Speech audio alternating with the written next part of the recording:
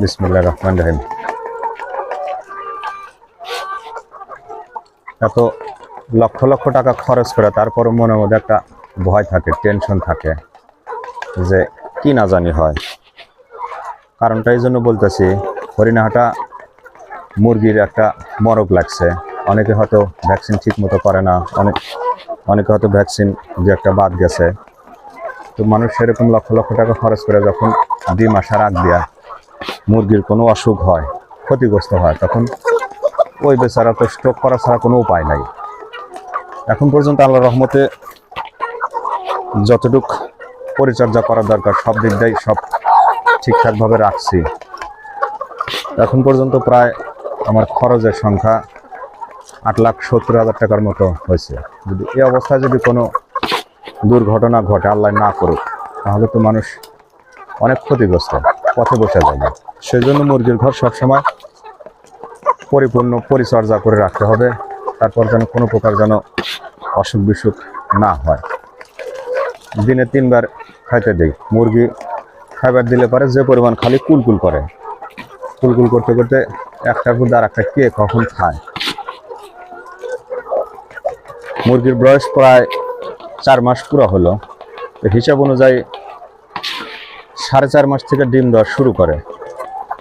আল্লাহ যদি রহম করে, আশা করতে পারি ইনশাআল্লাহ হয়তো ফেব্রুয়ারির মাঝামাঝি ইনশাআল্লাহ ডিম আসতে পারে।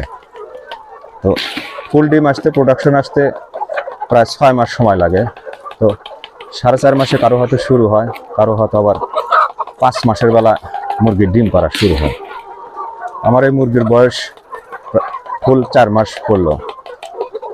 এখনো হয়তো আর 15 দিন পর আল্লাহ যদি রহম করে হয়তো 2-1টা ডিম দেখা যেতে পারে, যদি আল্লাহ রহম করে। না হলে হয়তো 5 মাস লাগবে।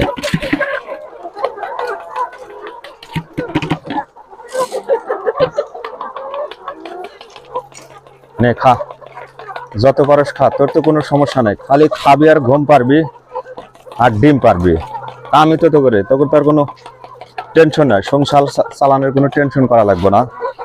খাদ্য কোন থেকে আনবো না মতো টেনশন নেই, খালি খাবি আর ঘুম পারবি আর ডিম পারবি, এই তোর কাম। নে চিল্লাফালা করিস না, এই একটার প্রতি একটু উঠিস না, খাইতে থাক, খা।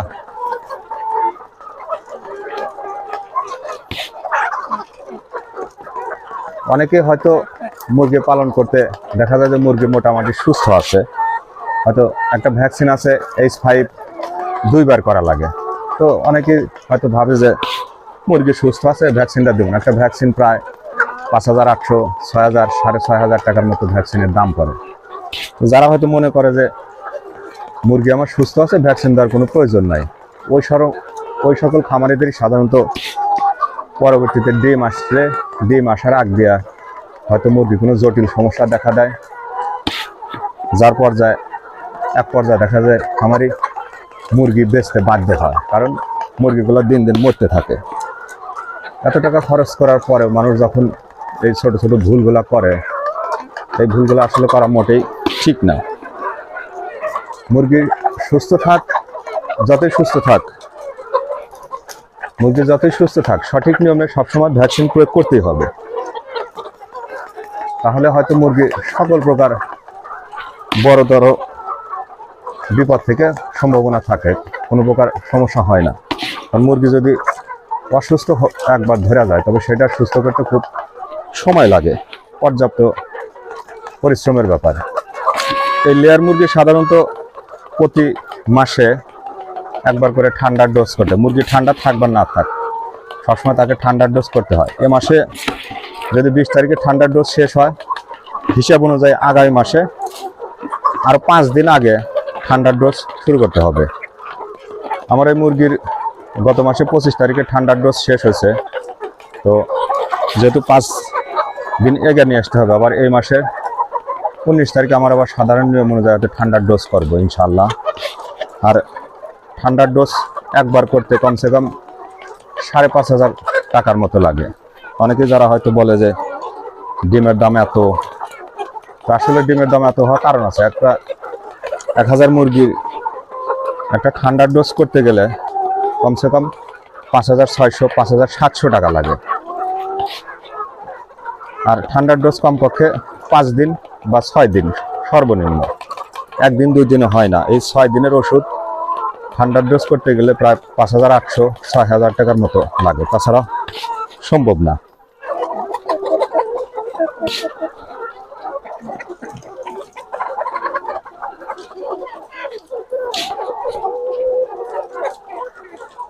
খা মুরগি খা, তো কোনো কাম কাজ নাই, খালি খাবে আর ডিম পারবে আর কর করাবে, এই তো তোর কাম।